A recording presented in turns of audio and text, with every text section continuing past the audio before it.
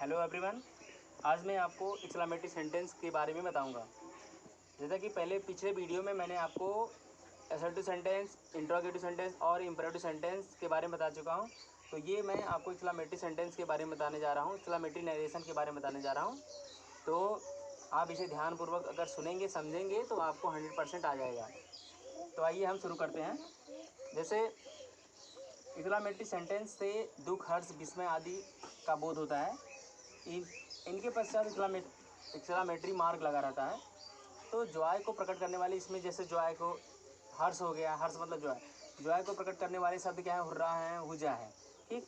Next grief, दुख को प्रकट करने वाले ओक, आ, एलास है। इनके अतिरिक्त जैसे फार हो गया, सेम, कर्सिट, ड्रीम मी, डियर मी, गुड इवेंट्स आदि ऐसे ही फ्रेजेस हैं जो एक्सक्लेमेटरी सेंटेंस से स्टार्ट होते हैं।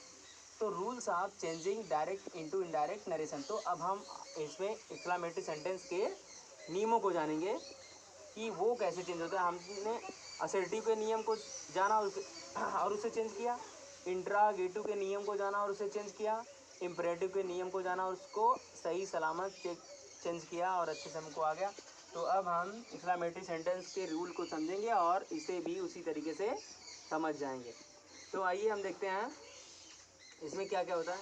जैसे एक्सक्लेमेटरी मार्क होता है, उसको हम हटा देते हैं। एक्सक्लेमेटरी सेंटेंस को असर्टिव सेंटेंस में बना देते हैं।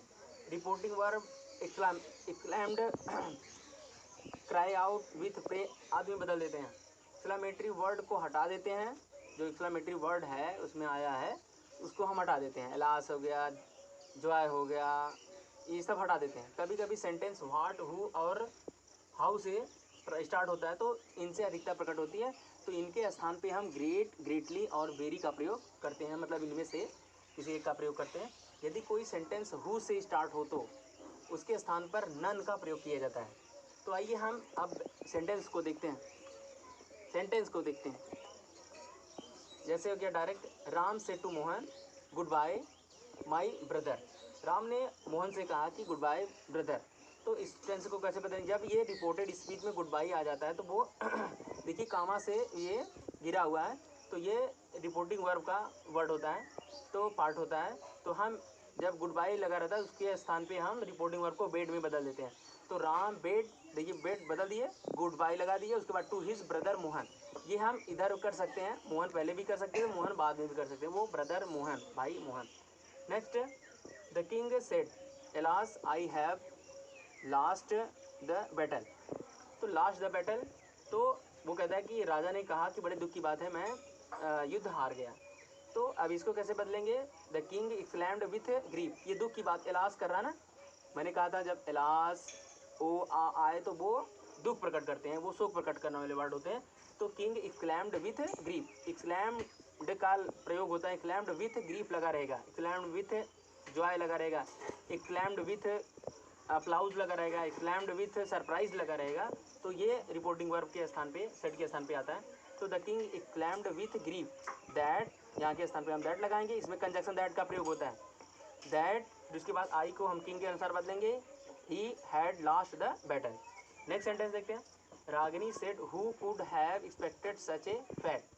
तो देखिए जब हमने बताया था कि जब सेंटेंस हु से प्रारंभ होता है, हु से, तो उसे उसके स्थान पे हम नन का प्रयोग करते हैं। तो ये देखिए Ragini said who could have expected such a fate. तो हमने लिखा है रागिनी एक्सक्लेम्ड दैट, सेड को एक्सक्लेम्ड बदलेंगे क्योंकि एक्सक्लेमेटरी सेंटेंस है। Ragini exclaimed that none, who के स्थान पे नन, बाकी सब वैसे की जैसा का वैसे लिख देंगे। Could have expected such a fate. She said, next sentence देखेंगे। She said what is stupid boy you are. तो जब सेंटेंस व्हाट, हु और हाउ से प्रारंभ होता है उससे अधिकता प्रकट होती है, तो उस सेंटेंस में हमें ग्रेट, ग्रेटली और वेरी, वेरी का प्रयोग करना पड़ता है। तो आइए हम देखते हैं कैसे उसमें प्रयोग करते हैं। She exclaimed that he was a very stupid boy. ये जो लिखा है व्हाट, ये अधिकता प्रकट करता है, इसको हम हटा देते हैं, इसके स्थान पे वेरी का प्रयोग करते हैं। तो she exclaimed that he was very stupid boy. इसी तरीके से और भी सेंटेंस है, आप इसको सॉल्व कर सकते हैं, चेंज कर सकते हैं। They said hurrah we have won the cricket match. देखिए इसमें जॉय का हुर्रा मतलब जॉय होता है, जब कोई चीज़ हम हासिल कर लेते हैं तो, या किसी चीज़ पा जाते हैं तो बहुत खुश होते हैं, तो जॉय से इससे जॉय प्रकट होता है। तो दे एक्सक्लैम्ड विथ जॉय, मैंने कहा था exclaimed with joy, exclaimed with surprise, surprise exclaimed with sorrow, grief. तो they exclaimed with joy that they had won the cricket match. तो द फादर, इस तरह से अगर हुर्रा वाला आए तो सेंटेंस इसी तरीके से आप चेंज करिएगा।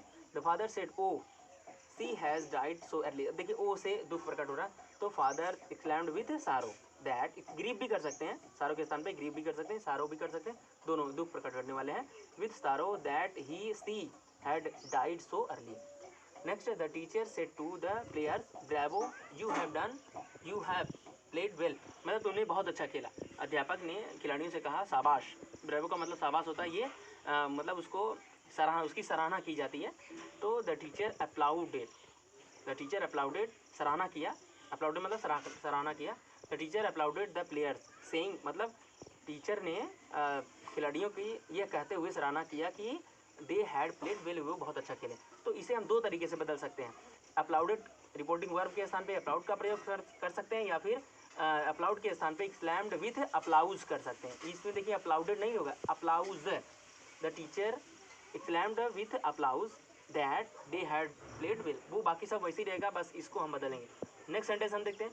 आई said what a fool I am, तो इससे अधिकता प्रकट होती है, मैंने बताया था व्हाट, हु और हाउ से। तो व्हाट आ गया, तो आई एक्सक्लैम्ड विथ सरप्राइज, देखिए इसमें सरप्राइज का भाव उत्पन्न हो रहा है। सरप्राइज मतलब आई सेड, मैंने कहा what a fool I M, मतलब मैं कितना मूर्ख हो सकता हूँ, मैं कितना मूर्ख हूँ। तो बड़े आश्चर्य की बात है। तो आई एक्सक्लैम्ड विथ सरप्राइज, आश्चर्य हो रहा है तो exclaimed with surprise, I exclaimed with surprise that. फिर उसके बाद हम देखते हैं नेक्स्ट सेंटेंस। जैसे यहाँ पे आई, ये आई है, आई के अनुसार बदलेगा तो आई ही रहेगा। आई वॉज, ये प्रेजेंट कंटिन्यूस है, तो आई वॉज ए ग्रेट फूल। तो अब देखिए यहाँ पे ग्रेट, वाट के स्थान पे ग्रेट का प्रयोग कर दिया गया, तो इसमें लगता है। तो ये सेंटेंस मेरे ख्याल से आपको समझ में आ गया होगा, और ये समझ में आ गया है तो आप इसको लाइक, सब्सक्राइब और शेयर करना ना भूलें। Thank you very much.